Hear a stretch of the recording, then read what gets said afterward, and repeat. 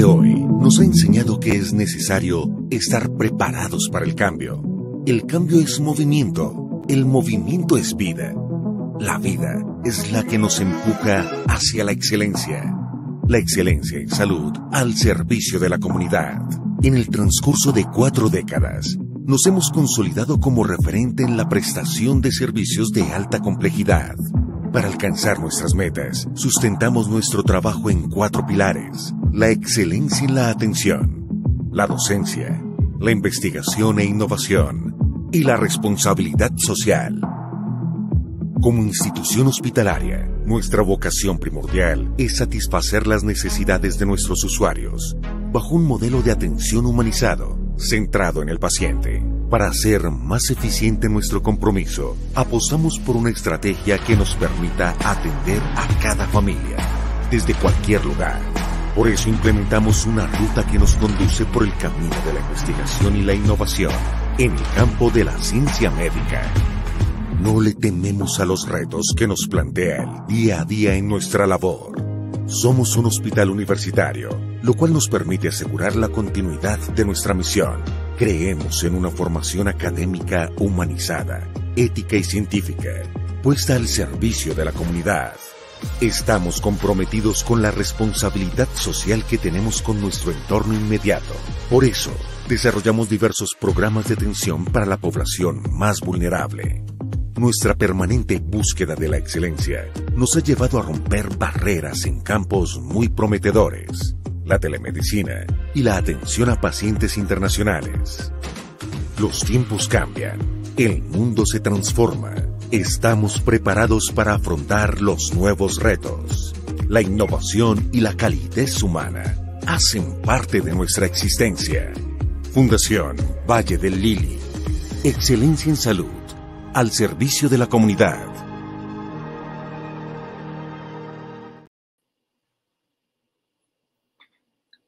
Hola, buenas noches a todos. Gracias por acompañarnos hoy al 36º Encuentro Académico de Radiología. El día de hoy con la doctora Leslie Pérez les estará hablando de tumores hepáticos malignos en pediatría. La doctora es médica general de la Universidad ICESI y es residente de Radiología e Imágenes Diagnósticas de 4º año de la Universidad ICESI en convenio con la Fundación Valle del Lili. Bienvenidos y muchas gracias por acompañarnos hoy. Le doy la palabra a la doctora. Gracias, doctora. Entonces vamos a iniciar con el tema del día de hoy. Hoy vamos a hablar del abordaje radiológico de tumores hepáticos malignos en pacientes pediátricos. Como dijo la doctora, mi nombre es Leslie Pérez, residente de Radiología e Imágenes Diagnósticas de la Universidad ICESI. Entonces, primero tenemos esta tabla de contenido, donde nos vamos a ubicar un poco de cómo vamos a abordar esta exposición. Primero vamos a tener los objetivos, luego la introducción, las recomendaciones imagenológicas para el abordaje de este tipo de lesiones hepáticas. Luego vamos a hablar específicamente del hepatoblastoma, del hepatocarcinoma, de la estadificación pretext, que es supremamente importante de estos 2 tumores, luego de las otras lesiones hepáticas malignas y al final pues son las conclusiones.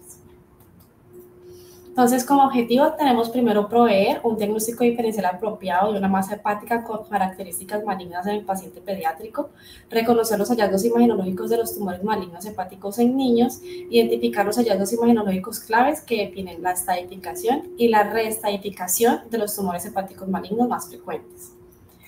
Entonces, como a modo de introducción, tenemos que los tumores hepáticos son uno de los cánceres más frecuentes en los niños, aunque el cáncer más frecuente es la leucemia. El rol de la radiología es supremamente importante en todos los otros cánceres que no son leucemia. Vemos que la prueba que se utiliza para la presunción diagnóstica de la leucemia generalmente es el extendido de sangre periférica, en su mayoría en un 86%, mientras que los otros cánceres es radiología los que tenemos esa prueba de presunción diagnóstica en su mayoría de las veces, y es por eso que siempre tenemos que estar actualizados para poder ayudar al paciente y pues al médico tratante a hacer un adecuado abordaje de tratamiento. Entonces, ya entrando en materia de los tumores hepáticos, tenemos que saber que es muy diferente los tumores hepáticos en adultos a los tumores hepáticos en niños. Y a veces el único dato clínico que tenemos en los pacientes pediátricos es la edad, pero la edad es un dato clínico súper importante a la hora de hacer el diagnóstico diferencial de los tumores hepáticos, porque hay unos tumores que son característicos de un grupo etario. Obviamente tenemos que tener en cuenta, además de la edad, si tenemos, si está a nuestro alcance, la historia clínica de algún síndrome que predisponga a un tumor hepático o un antecedente de enfermedad hepática de base, o algunas otras cosas como el peso al nacer del paciente pediátrico. Entonces, en esta tablita tenemos que hay algunos tumores que se presentan más que todo desde el nacimiento hasta la etapa escolar. Estos que están en negro son los tumores benignos que se presentan en esta edad. Tenemos el hemangioma congénito, el hemangioma infantil y el hematoma mesenquimal.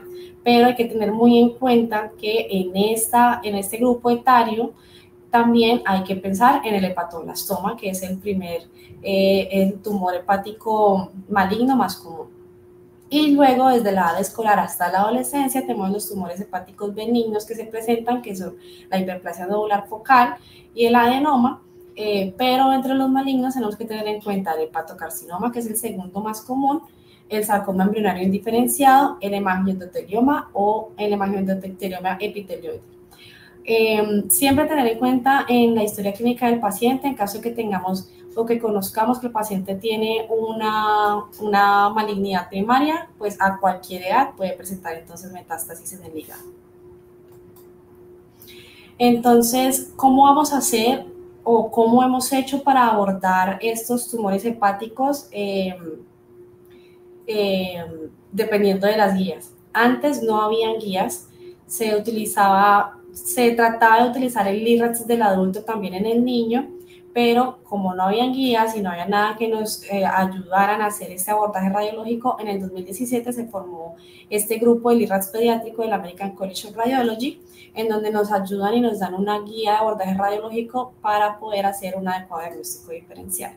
¿Qué nos recomiendan ellos? Primero, en la terminología, sabemos que en el LIRADS del adulto mencionamos la palabra observación para las imágenes que vemos de masas en el hígado, mientras que en los niños o en los pacientes pediátricos, ellos prefieren que mencionemos la palabra lesión para abarcar todos estos tumores hepáticos.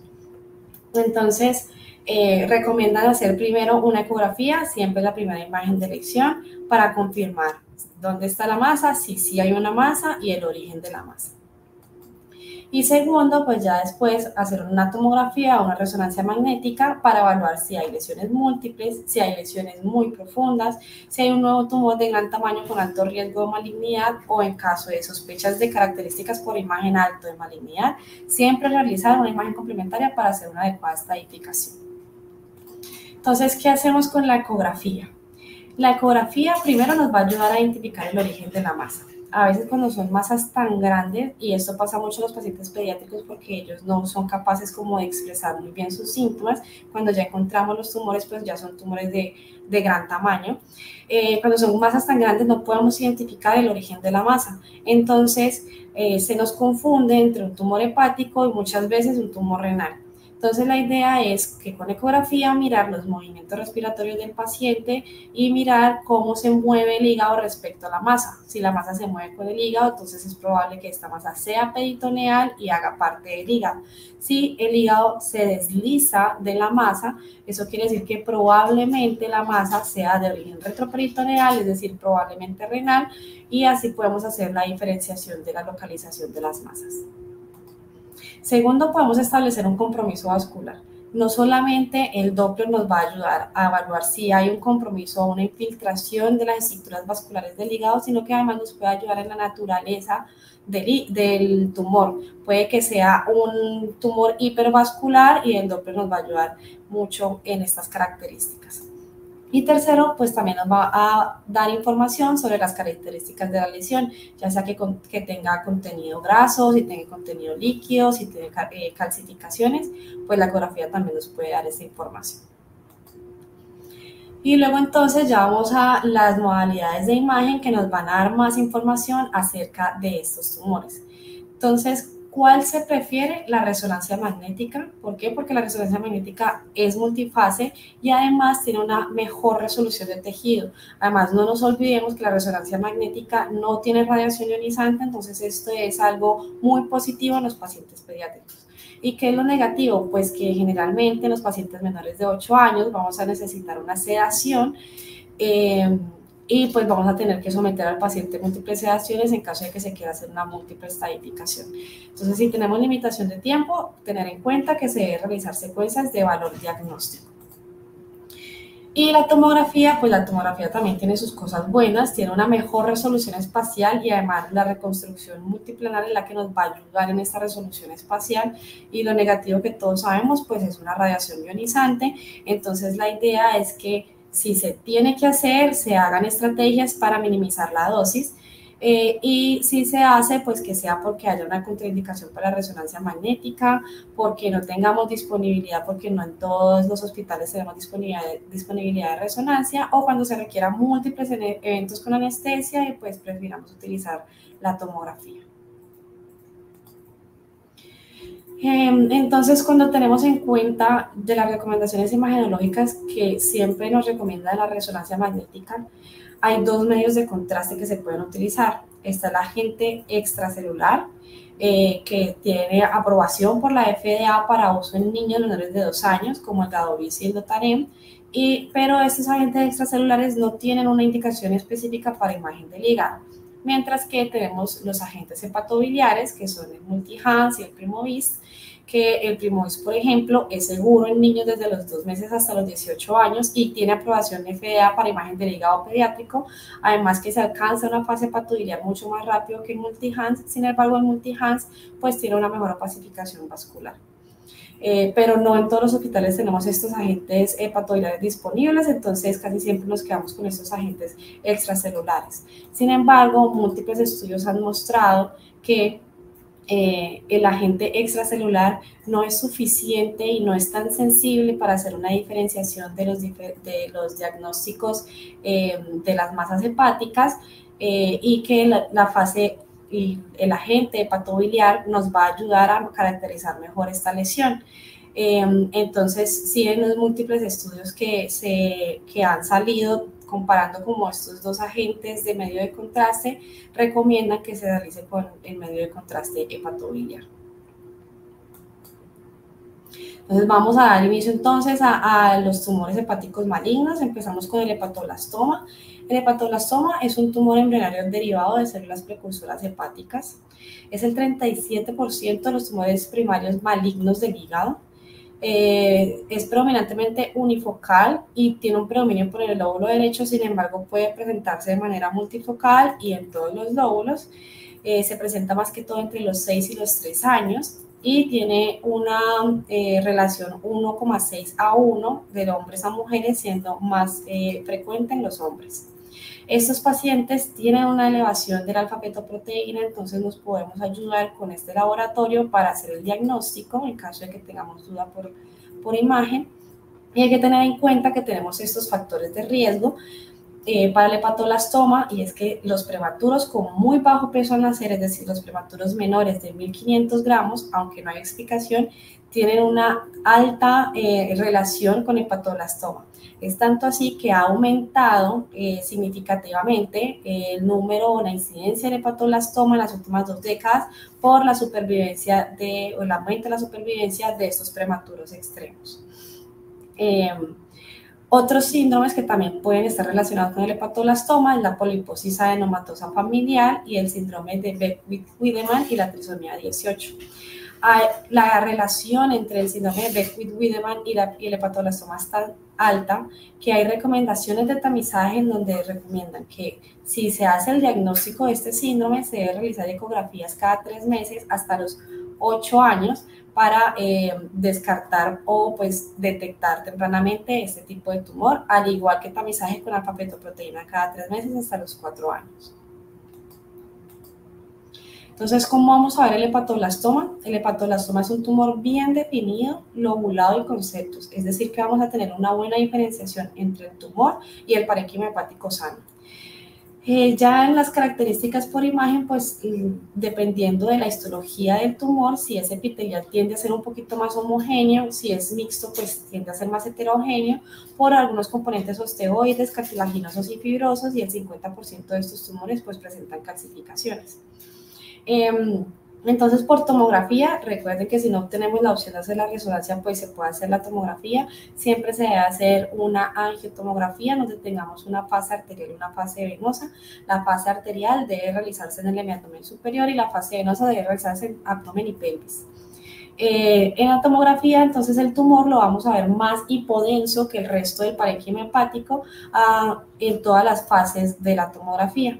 Y en la resonancia magnética lo que vamos a ver es que este tumor se comporta hiperintenso en las secuencias con información T2, hipointenso en las secuencias con información T1, y su realce también es menor que el resto del parénquima hepático en todas las fases arterial, venosa y tardía. Algunos componentes del hepatoblastoma pueden presentar también restricción a la difusión, y que tengamos en cuenta que es importante que la fase hepatobiliar no presenta retención de contraste, es decir, que en la fase hepatobiliar este tumor siempre se va a ver más hiporrealzante que el resto del parénquima hepático. Como segundo tenemos el hepatocarcinoma. El hepatocarcinoma es un tumor maligno de células de diferenciación del hepatocito, es la segunda malignidad primaria del hígado más común, afecta entre los 10 y los 14 años, entonces ahí vemos las diferencias de los grupos etarios entre el hepatoblastoma y el hepatocarcinoma, y es raro que se presente antes de los 5 años. ¿Qué hay que tener en cuenta a diferencia de los adultos? Que el 70% de los pacientes pediátricos diagnosticados con hepatocarcinoma no tienen una enfermedad hepática de base. Otra cosa que tienen de diferencia el hepatocarcinoma en los pacientes pediátricos y los adultos es que el tratamiento es mucho más eficaz en los niños porque la quimio es mejor en los niños, entonces siempre se recomienda una neoadjuvancia para el tratamiento de esos pacientes, y además que aumenta la supervivencia de estos pacientes el hecho de que se puedan hacer resecciones y trasplantes hepáticos que en los pacientes adultos no se pueden realizar, a pesar de que tengan una enfermedad local avanzada, es decir, un tumor de mayor tamaño o que tenga multifocalidad. Lo que sí hay que tener en cuenta es que no se puede hacer trasplante en pacientes pediátricos con hepatocarcinoma si tiene una extensión extracelular, extrahepática, si tienen una metástasis o tienen invasión vascular. Y el 70% de esos pacientes con hepatocarcinoma también presentan elevación de la alfa-fetoproteína. Entonces, estas masas del hepatocarcinoma son mucho más heterogéneas que el hepatoblastoma, son típicamente grandes y no son tan definidos como el hepatoblastoma, entonces podemos ver que no tenemos un borde donde podemos delinear exactamente por dónde va el tumor, sino que el tumor es un poquito más difuso. El tumor también se presenta hiperintenso ligeramente en las secuencias con información T2, hipointenso en las secuencias con información T1, pero algo que nos puede ayudar a diferenciar demasiado el hepatoblastoma, a pesar del grupo etario también, es que en la fase arterial hay un habido realce del hepatocarcinoma y presenta lavado en la fase venosa. La mayoría también de los hepatocarcinomas presentan restricción a la difusión. Entonces, en esta imagen tomográfica también vemos que eso es una fase arterial y ya está empezando a presentar este ávido realce que presenta el hepatocarcinoma en la fase arterial. Y tener en cuenta que la fase hepatobiliar tampoco presenta retención de medio de contraste. Entonces, a pesar que el 70% de los niños que tengan hepatocarcinoma no tienen enfermedad de base, pues también tenemos que saber que el otro 30% sí lo van a tener, y tenemos que saber cuáles son las causas de cirrosis en niños. Entonces, estas son las principales causas de cirrosis en niños: hepatitis B, atresia biliar, enfermedad hepática asociada a la cirugía de Fontan, la deficiencia de alfa-1-antitripsina, el síndrome de Alagille, la enfermedad de Wilson y la tirosinemia. ¿Qué hay que tener en cuenta en esos pacientes cirróticos? Que los pacientes cirróticos generalmente tienen nódulos de regeneración, y acá la fase hepatobiliar o este medio de contraste nos va a ayudar muchísimo porque, como ya les mencioné, el hepatocarcinoma no tiene una retención del medio de contraste, mientras que los nódulos de regeneración, como son hepatocitos funcionantes, sí. Entonces ahí podemos diferenciar entre los nódulos de regeneración y el hepatocarcinoma multifocal. Entonces, ¿por qué mencionamos que no podemos utilizar el LIRADS en los pacientes pediátricos? Este fue un estudio que se hizo de 10 años retrospectivo, en donde se tomaron 58 pacientes con diagnóstico de hepatocarcinoma, diagnóstico histológico, y otros 54 pacientes pediátricos con otro tipo de tumores hepáticos. Se realizó la revisión de las imágenes por 3 radiólogos diferentes y se vio que el 37% de los pacientes que presentaban clasificación LIRAD-5 eran lesiones benignas, mientras que hemos visto que en los estudios de los adultos solamente hasta el 3% pueden tener el margen de error de clasificar el LIRAD-5 como lesiones malignas. Entonces, vemos ahí ya entonces la diferencia entre los pacientes pediátricos y los pacientes adultos, y es por eso que no podemos utilizar el LIRAD en los pacientes pediátricos. Tenemos una variante del hepatocarcinoma que es el hepatocarcinoma fibrolaminar. Este es distinto al hepatocarcinoma clásico y es una entidad rara. Se presenta más que todo en adolescentes mayores y en menores de 20 años. Y la alfa-fetoproteína en estos pacientes generalmente es normal. Usualmente es solitario, circunscrito y o localizado en el lóbulo hepático derecho. ¿Cuál es la característica por imagen que tiene este hepatocarcinoma fibrolaminar? Es que presenta una cicatriz central, porque él también se presenta ligeramente hiperintenso en las secuencias con información T2, hipointenso en las secuencias con información T1, pero como vemos, esa parte hipointensa central que se veía en el T2 no realza posterior a la administración del medio de contraste en ninguna de las fases. Este hepatocarcinoma tiende a realzar heterogéneamente en la fase arterial y a tener un poquito de lavado en la fase venosa, pero esta región central nunca va a realzar, entonces es la característica de la cicatriz central y así lo podemos diferenciar o clasificar como un hepatocarcinoma fibrolaminar. Entonces, ¿cómo se estadifican estos tumores? Esos tumores se estadifican con el PRETEX, que es un poderoso predictor de supervivencia general en niños con hepatoblastoma y hepatocarcinoma, también su variante. Se describió desde 1992 para ayudar a la estadificación del hepatoblastoma, sin embargo ya se incluyó también el hepatocarcinoma y se hacen unas revisiones frecuentemente evaluando pues, las definiciones y los criterios diagnósticos. La versión más reciente fue en 2018. Este PRETEX está basado en determinar el número de secciones hepáticas contiguas libres de tumores para ayudar al quirúrgico a planear su plan quirúrgico. Entonces, este gráfico, aunque no parezca, pues es en un corte axial, entonces vemos que esta es la vena cava inferior y la vena suprahepática derecha y la vena suprahepática media son los que nos van a ayudar a dividir las secciones hepáticas y también la fisura umbilical. Entonces, tenemos un lado derecho y un lado izquierdo. El lado derecho es anterior y posterior, la cual está dividida por la vena suprahepática derecha. El lado izquierdo se define como medial y lateral. Entonces, el sector anterior derecho y el sector medial izquierdo está dividido por la vena suprahepática media, y la fisura umbilical entonces nos va a dividir las dos secciones izquierdas, que son medial y lateral.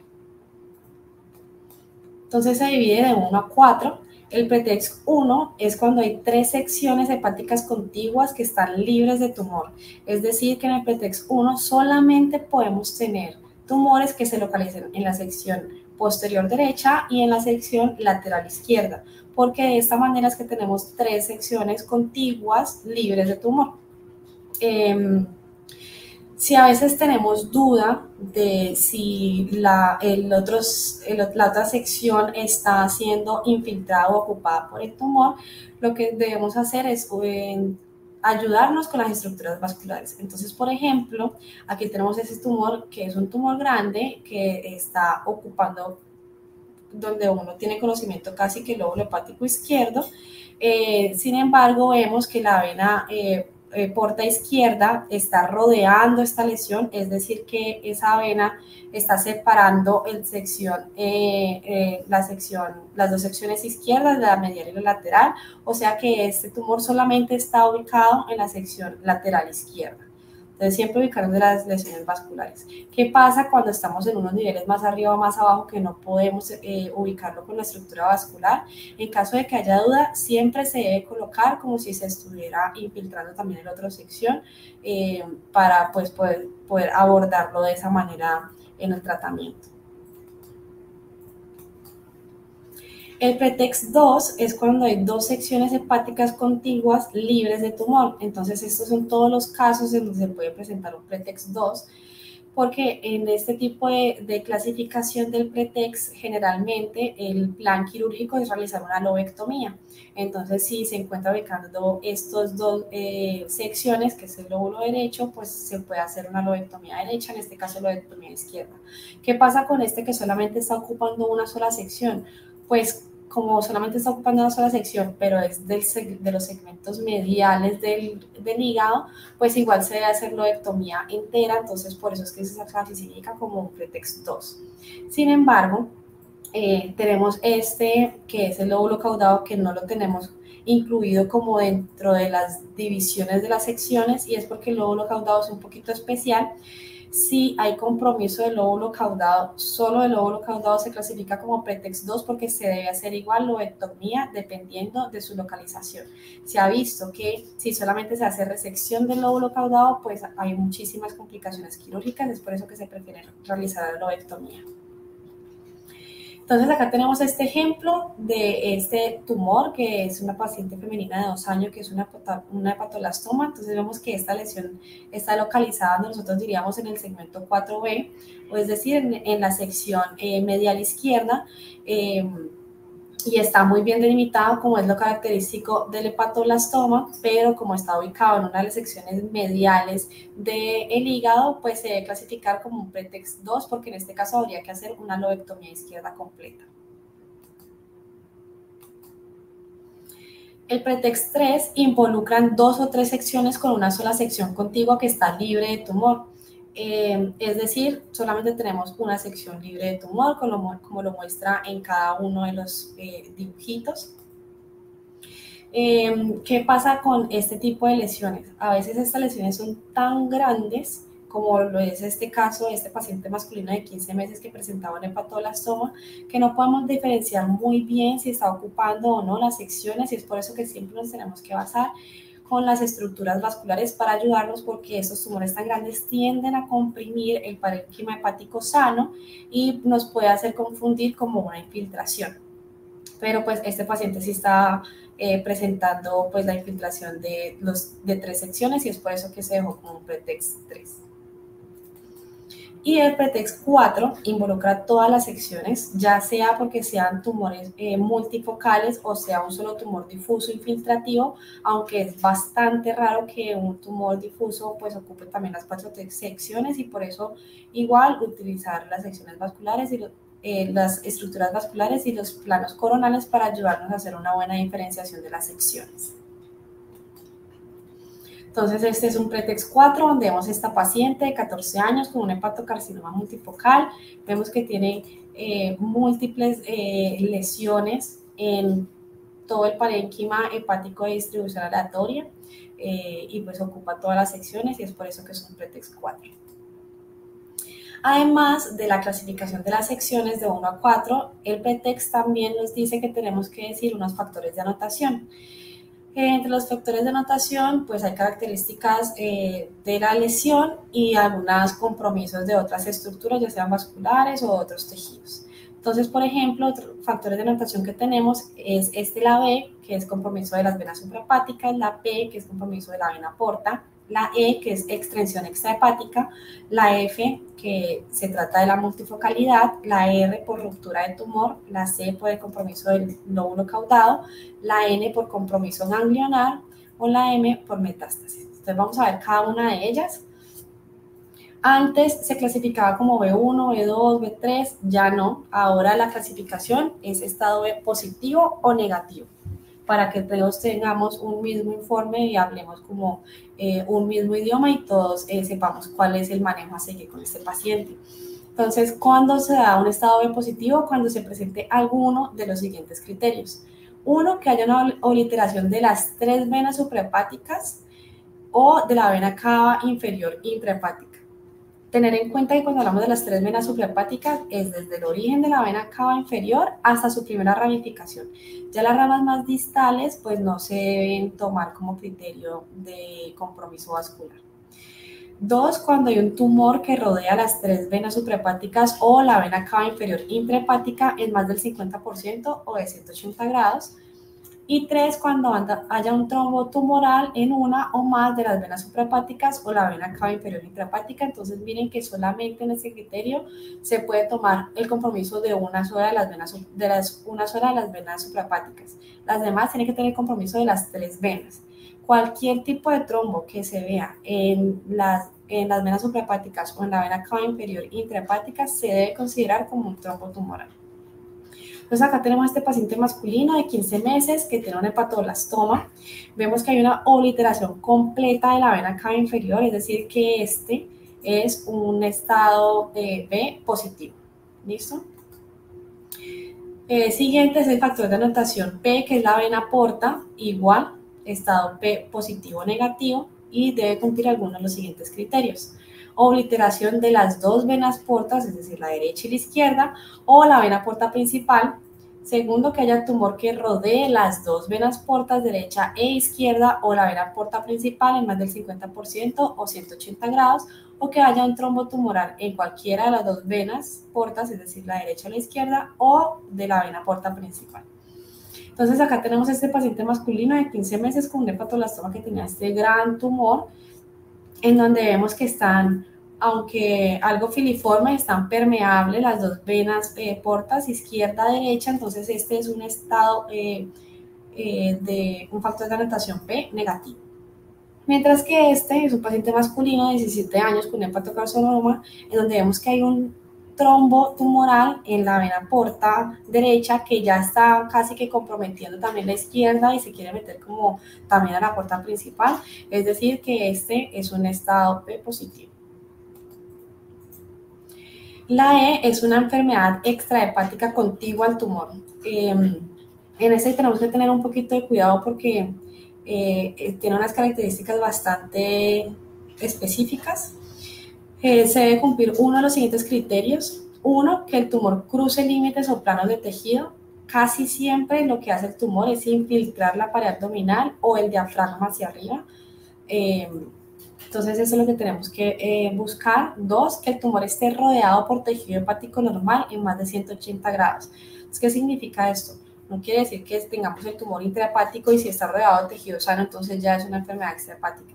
Quiere decir que si el tumor se está saliendo como de la cápsula hepática y vemos que sube o baja, y cuando subimos este pedacito de tumor está rodeado de tejido hepático sano, ahí ya se considera como una enfermedad extrahepática, no del tumor intrahepático.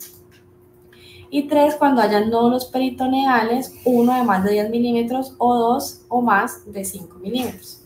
Entonces, en esta imagen de la literatura vemos lo que les explicaba. Este es un tumor que en la parte inferior estaba su componente intrahepático y este ya estaba generando como una salida hacia el peritoneo y alcanzaba a salir tanto que arriba alcanzaba a estar rodeado de tejido hepático sano en más de 180 grados, es decir que este es un estado positivo.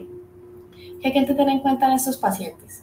Que la ascitis es algo normal, o bueno, no normal, muy común en estos pacientes con tumores hepáticos, entonces no se debe considerar enfermedad extrahepática, y el tracto de la biopsia pues puede presentar algo de realce o engrosamiento normal por el tracto, pero si vemos un engrosamiento nodular sí se debe considerar una enfermedad extrahepática. La F entonces nos habla de multifocalidad.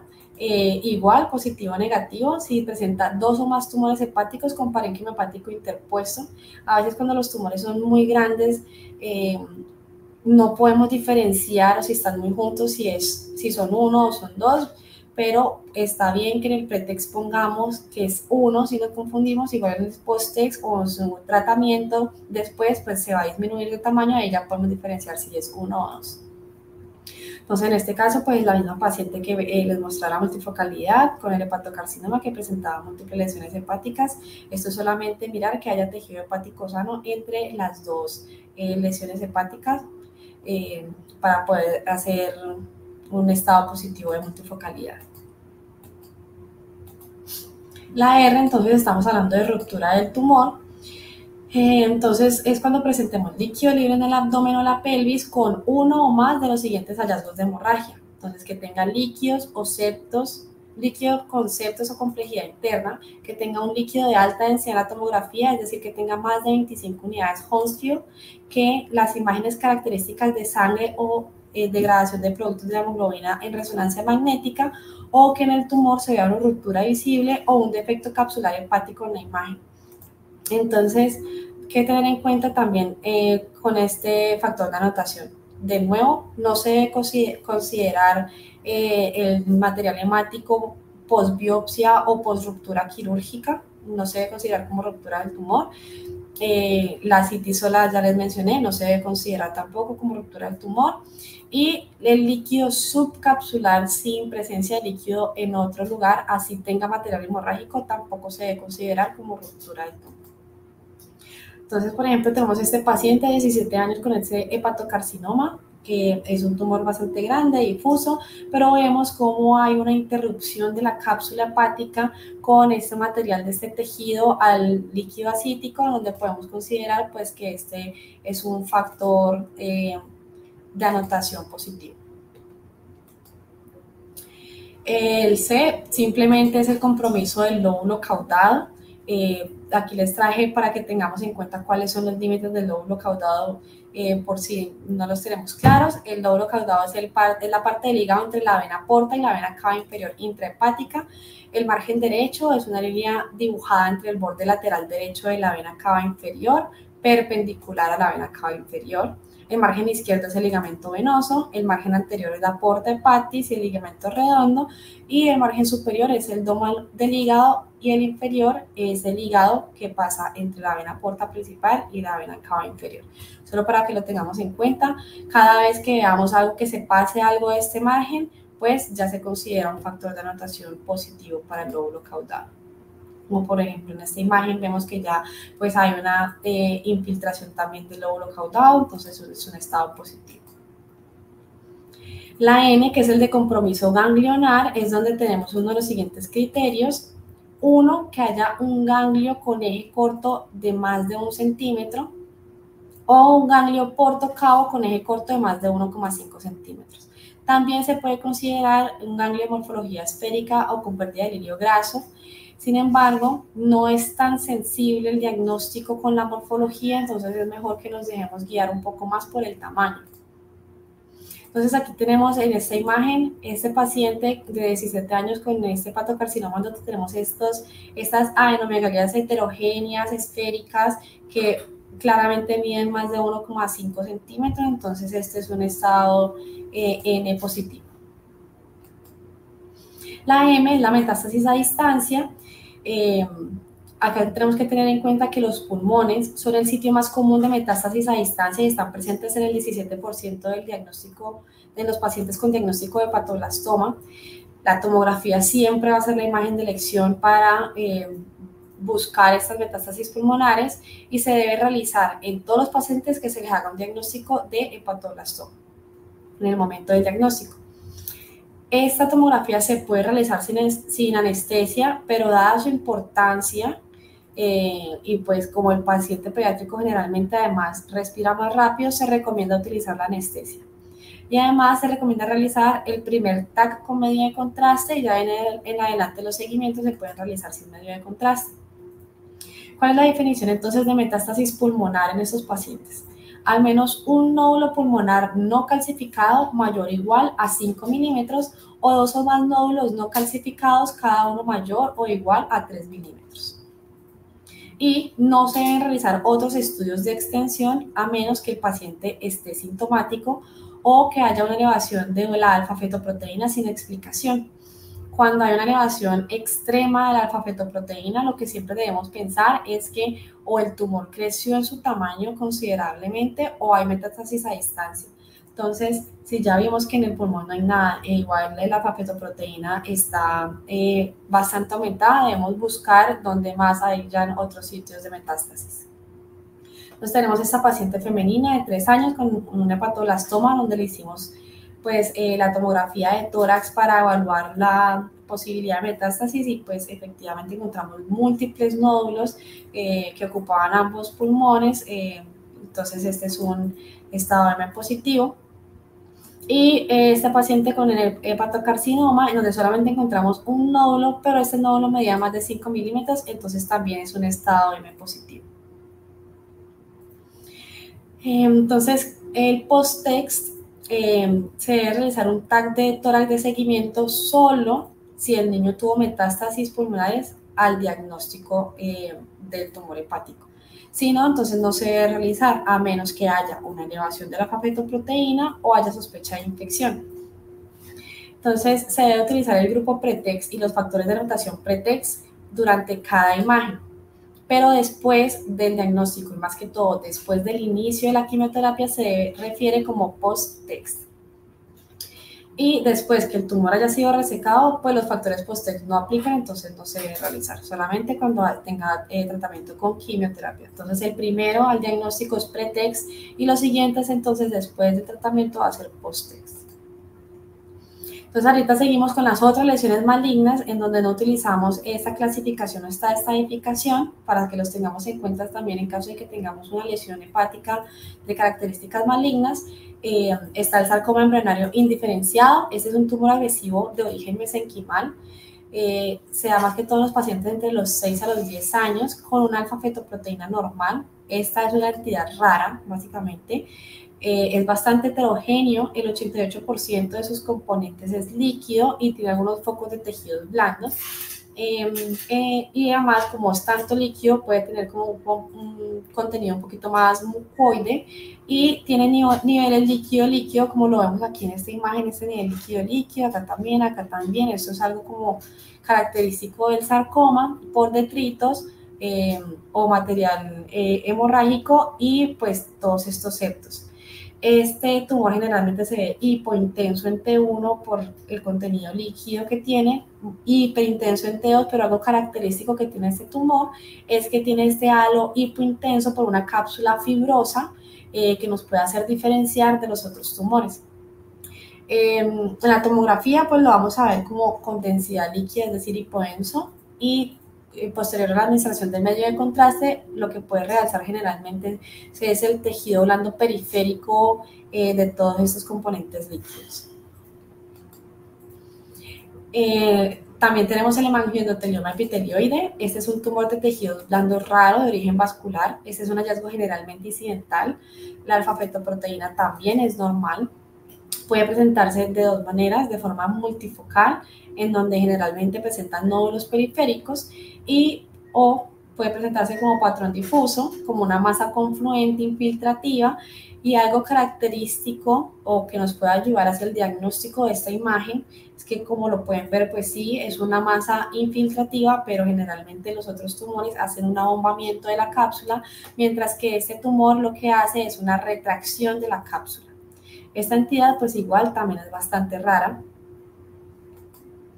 Y tenemos el angiosarcoma. Este es un tumor maligno de origen vascular. Usualmente, pues como es de origen vascular, contiene focos hemorrágicos y es bastante heterogéneo, mucho más heterogéneo que las lesiones vasculares benignas, y así es como lo podemos ver o de pronto diferenciar, además de su tamaño, porque tienden a ser grandes. También lo podemos diferenciar de las lesiones vasculares benignas, es porque este es mucho más heterogéneo que las otras lesiones benignas. Y por último, pues la metástasis que nunca nos podemos olvidar. Entonces aquí tenemos los tumores pediátricos más comunes en hacer metástasis al hígado, que son el neuroblastoma, el tumor de Wilms y el rhabdomyosarcoma. ¿Cómo se van a ver la metástasis? Pues generalmente se presentan como lesiones múltiples que se van a ver hipointensas en T1 e hiperintensas en T2. Obviamente la idea es siempre tener en cuenta la historia clínica y pues saber que hay que tenemos un primario ya, un maligno primario conocido, o en caso de que veamos un hígado que esté con muchísimas lesiones, digamos nodulares, entonces pensar en metástasis e ir a buscar entonces el primario en otro lado. Entonces aquí les hice esta tablita en donde podemos diferenciar, o como tiene unos toques diferenciadores entre uno y los otros. Por ejemplo, tenemos que en el hepatoblastoma va a ser muy hiperintenso en T2, hipointenso en T1 y en las fases posteriores a la administración del medio de contraste, pues no realza o realza poco, es decir, menos que el parenquima hepático. El hepatocarcinoma es un poquito menos hiperintenso en T2, es hipointenso en T1, pero en la fase arterial tiene este ávido realce, y en las fases tardías en la hepatobiliar, pues no tiene retención del medio de contraste. El hepatocarcinoma fibrolamelar, siempre tener en cuenta la cicatriz central, que es su característica por imagen. El sarcoma embrionario indiferenciado, que puede verse muy similar al hepatoblastoma, excepto que este es mucho más heterogéneo y pues los niveles líquido-líquido es más componente líquido, pero también nos ayuda mucho este halo hipointenso en T2 por esa cápsula fibrótica que tiene.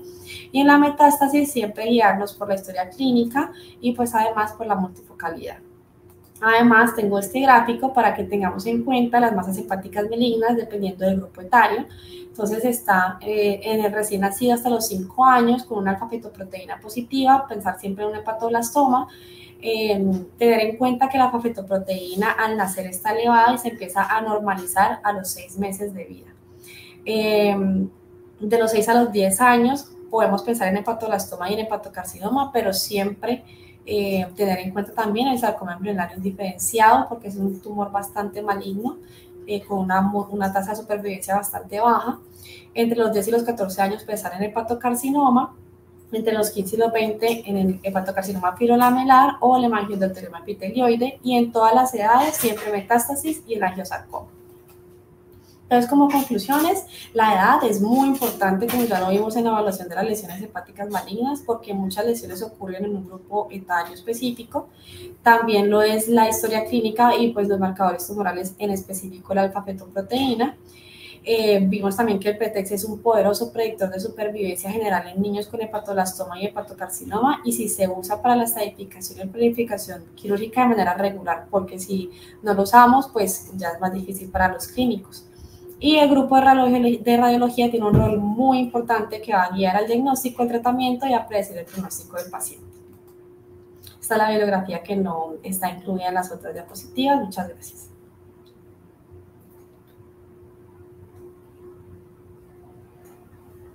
Muchísimas gracias a la doctora Leslie por esta excelente conferencia. Recordar que el pretexto es muy importante en estos pacientes y nos quedó muy claro la manera como debemos utilizarlo. Vamos a seguir a la sesión de preguntas. La primera pregunta se salió un poquito del tema de la charla, pero nos preguntan en qué momento podemos pensar que un paciente pediátrico tendría un colangiocarcinoma. Entonces, recordemos que el colangiocarcinoma realmente es un tumor raro en pediatría, muy infrecuente. Sin embargo, algunas como de las cosas que podrían sugerir un colangiocarcinoma, sobre todo, es el antecedente de enfermedades congénitas de la vía biliar, es decir, quistes biliares, o en los pacientes pediátricos, por ejemplo, con enfermedad inflamatoria intestinal, que tienen mayor riesgo de hacer colangitis esclerosante, estos factores predisponen a malignidad más adelante. Sin embargo, la aparición del colangiocarcinoma por lo general no se da en la edad pediátrica, sino se da cuando ya están en edades adultas. Entonces, colangiocarcinoma en pediatría realmente es muy raro. La segunda pregunta, independiente de la edad, ¿se le pone contraste al niño, tanto en rezo como en tomografía? Sí, pues sí, la respuesta es sí. Pues actualmente algo de debate sobre el uso del gadolinio en los pacientes pequeños por la acumulación de algo de gadolinio en el sistema nervioso central, pero esto sobre todo se ha estudiado en pretérminos y realmente las implicaciones clínicas hasta el momento no se saben. Y realmente el contraste nos ayuda mucho, especialmente en TAC. En resonancia tenemos tal vez otras como secuencias que nos podrían ayudar, pero sí, realmente que sí. Y una tercera pregunta, ¿tiene importancia relevante la espectroscopía para estudios de estos tumores? No sé si Leslie quiere responder algo. La espectroscopía en el abdomen, bueno, en todo lo que no es la cabeza, mejor dicho, por ahora no tiene aplicaciones clínicas porque es muy difícil de realizar la espectroscopía en el sistema nervioso central, en los tumores y otras lesiones del sistema nervioso central.